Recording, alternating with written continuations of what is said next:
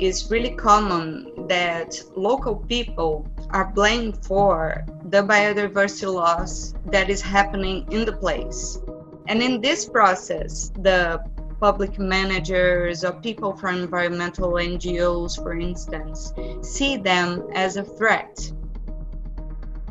When, in fact, the main driver for the biodiversity loss in the first place was the big economic enterprises that are around all those areas and that made those people to be constricted in such a small space that they have to make things in a way that could be harmful for the forest. We hear more and more about the climate crisis, but at the same time biodiversity, which is comprised of all living species, is in a deep crisis too. Up to 1 million species are threatened with extinction by 2050, at a rate 1,000 times higher than the natural baseline rate. Biodiversity scientists have identified the 5 main drivers of this loss: habitat loss and fragmentation through urban development, land use changes for food production, deforestation, but also building of new roads and other things. Overuse of population through fishing on an industrial scale or hunting. Climate change through direct destruction or shifting of ecosystems. Pollution through human-made industries of all kinds, and invasive species transported around the globe by industrial societies. As a solution to this crisis, the UN Convention of Biodiversity experts are suggesting to increase the network of protected areas.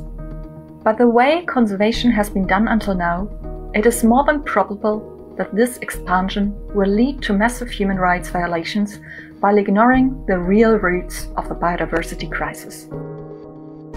The conservation of biodiversity has been sort of prioritized over the rights of communities over their resources. Forest conservation is become a serious challenge in Kenya and other parts of Africa and the global south, because these are the areas with most biodiversity left in the world today. And there are also areas where people are sharing these habitats with wildlife. They're sharing these habitats with all sorts of animals, and they're also using that biodiversity and the natural resources for their own livelihoods. For me, conservation has a particular African perspective where we're selling paradise or we're selling nature for tourism, to come and see the animals, to come and see the biodiversity. So you see this beautiful picture of lions, you see the beautiful landscapes of Africa, you see the great white shark that you can go and see and experience this adventure. But this is often seen as free of people and people's lives and livelihoods, as if this is a unspoiled area, never been inhabited by people. For someone who has not had the privilege of traveling from Europe or from the United States to Africa, they believe this narrative. It looks true. So when he sees a video or a movie or a photo of people near wildlife, he immediately gets alarmed and thinks, oh, that's a problem. That guy should not be there. When the truth on the ground is that guy is there and has always been there for the last thousands of years. So what is happening is a consequence of criminalizing poor people's livelihoods. So it is illegal to access that resource, it's illegal to harvest this resource, it's illegal to sell this resource, and either you are going to be shot at, or you're going to be fined, or you're going to risk imprisonment because of accessing resources that you traditionally access. We cannot just call for the protection of animals at the expense of lives and livelihoods of many people. Right from the beginning, the issue of conservation, the very concept, is a colonial concept. And right from the beginning, national parks, national reserves, like I've said, were established for purposes of exploitation, focusing on wildlife. But the original idea was to establish these national parks so that the hunters would come and hunt, especially the big five. Theodore Roosevelt made his famous safari to Africa, which was to Kenya actually in 1909. And he basically was sponsored by the Smithsonian, and he came and slaughtered hundreds and hundreds of animals, including lions, elephants, rhinos, etc., for the Smithsonian institution. And he, for some reason, was considered a conservationist. So this is where the narrative started. But if you look at the narrative, it never included local people. The Native Americans were never part of the story of Yellowstone. Black African people were never part of Roosevelt's safari. He came back with the names of hundreds of species of wildlife, but didn't come back with the name of a single black man.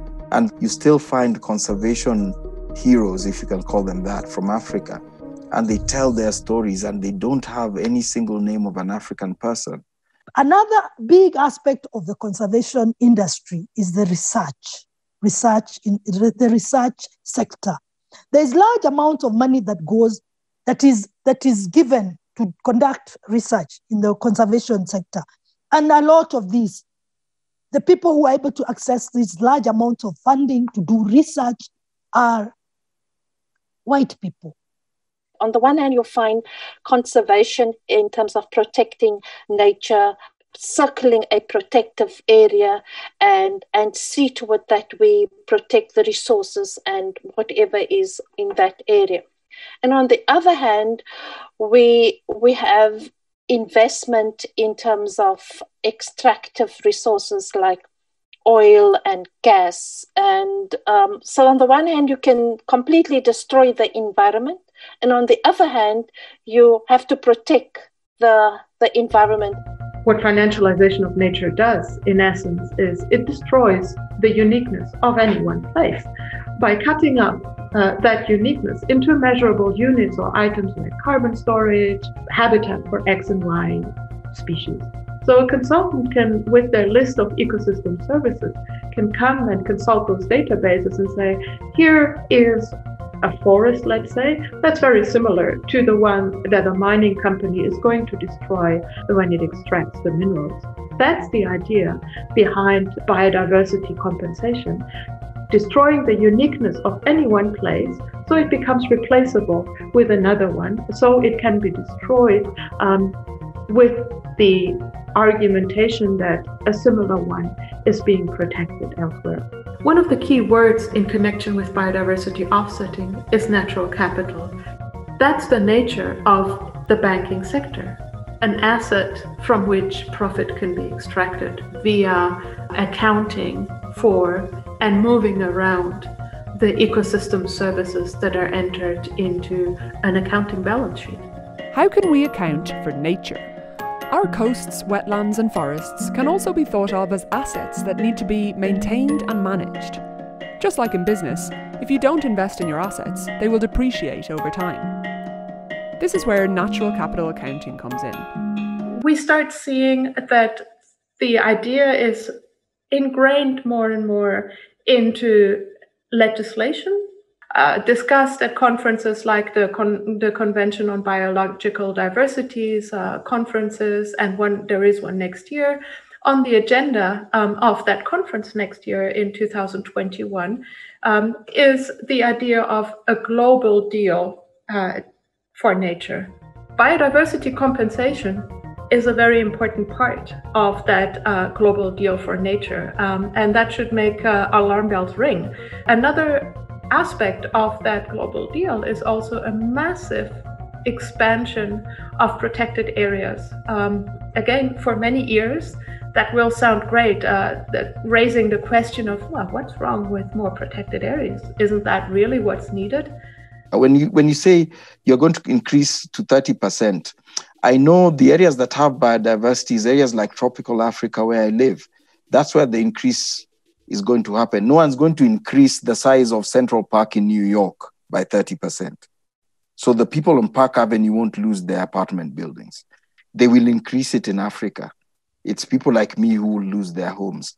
We have to call it out as to why do we want to have these protected areas on the one hand, so that we can extract and destroy the other 70% of the earth. I think on a global scale, we should all look at our consumption patterns, because that's what's destroying the globe. So everyone's pushing electric cars, but no one talks about the children who are being forced into labor in the cobalt mines in Congo to mine the minerals that are used for these batteries. It's something that we, particularly here in Europe, we like to not think about that too much. We like to have the positive idea that renewable energy will solve us. We can continue as we live as long as we just flip the energy button from fossil to renewable. But that renewable energy, at the scale that we intend to continue to use it, will cause massive damage because it needs minerals, lots of them. The carbon footprint of maybe a 5-member family in Western Europe or the United States is probably 5 times larger than a whole Maasai village in northern Kenya. And I think people like David Attenborough, Jane Goodall, purposefully avoid that. And the sentiment behind this emphasis on population in Africa, it's racism hidden under many layers of other things. At least for the last 100 years, history shows that there are right-wing groups, anti-immigrant groups, far right-wing groups, and even fascist groups, again at multiple levels, who have had genuine commitments to ecology. And I feel like that is a really important point to pay attention to, because that also shows us that in this political moment, we have to fight for a progressive climate. We have to fight for a liberatory climate. It's not given. Do something now, do anything, is I think that needs to be taken with a pause and to think of the inequalities around the world. I think it is very important that we are not just jumping on doing something, and that something can have consequences to many other people around the world. The main driver for biodiversity loss is the global economy that we live now. So what people do in Europe affects what happens here with local indigenous populations in the Atlantic forest in Brazil. So it's really important when we are talking about an effective biodiversity conservation that we put political issues and economic issues and issues concerning the system that drives biodiversity loss in the first place as a main issue that we have to deal with.